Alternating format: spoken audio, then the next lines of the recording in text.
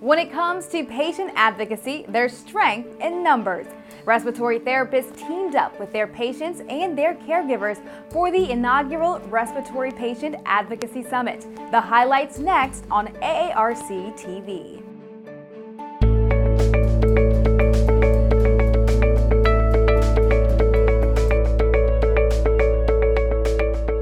Hi everyone, welcome to AARC TV. I'm Rhonda Craig.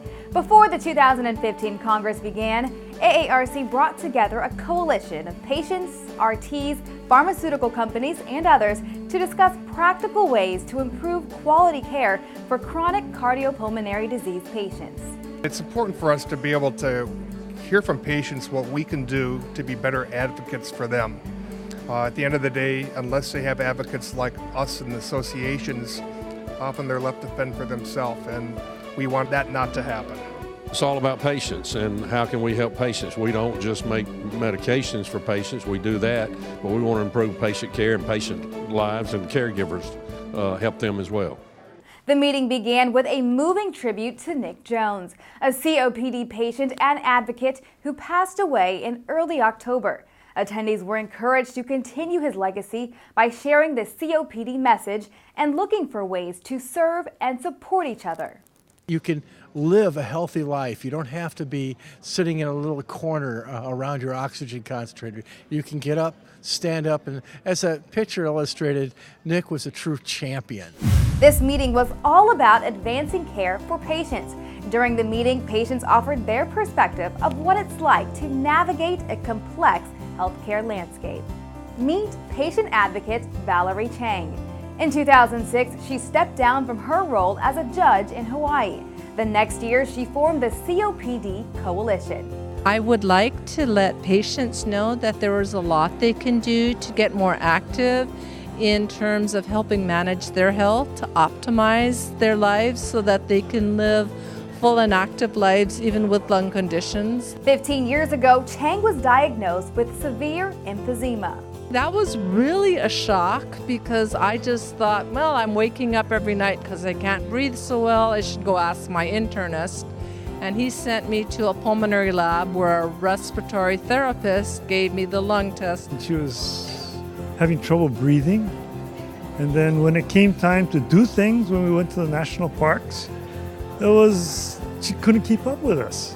During the summit, Cheng walked attendees through her journey from diagnosis to advocacy.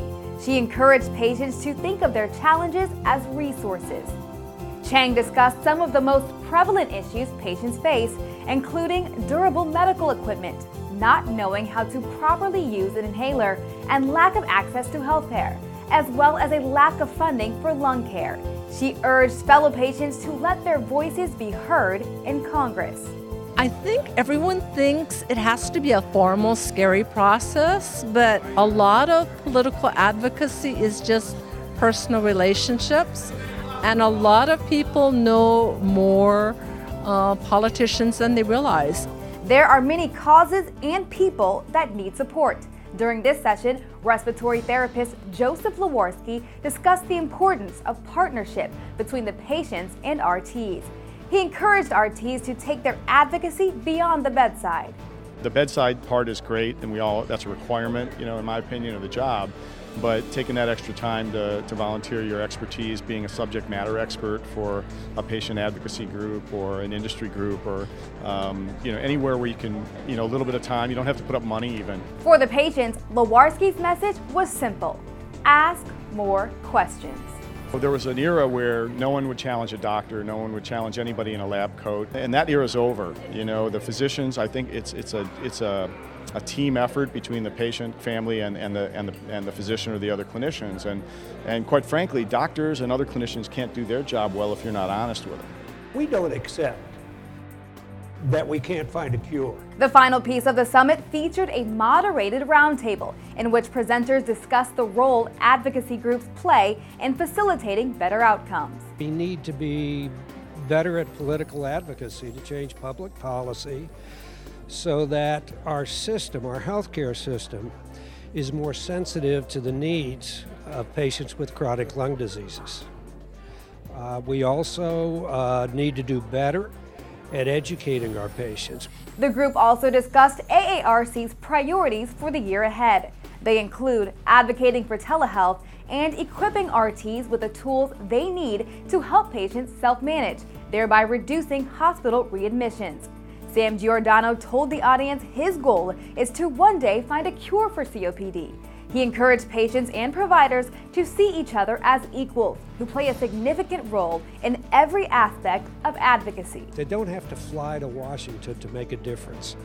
We just need to tighten up our community and to convey our message time and time again. One way everyone can make a difference is by supporting the Medicare Telehealth Parity Act. We're encouraging folks to email and ask their members of Congress to support the bill, especially those members that sit on the Energy and Commerce Committee. Our bill is in the Subcommittee on Health, but in our April 11th Hill Day, we're going to have a lot of folks come up and talk to their members and put pressure on them to support this terrific piece of legislation. The first Patient Advocacy Summit is in the books, and the reviews were overwhelmingly positive. Oh, I think it was awesome. I think it was great. Any summit, any gathering that pulls together professionals and patients is wonderful, because we hear what is going on, what they're thinking of doing, what their focus is, and they learn from us what's most important for us. Well, that's it from the first ever AARC Patient Advocacy Summit. For more information on legislation or for resources, visit the website below. For AARC TV, I'm Rhonda Craig. Thanks for joining us.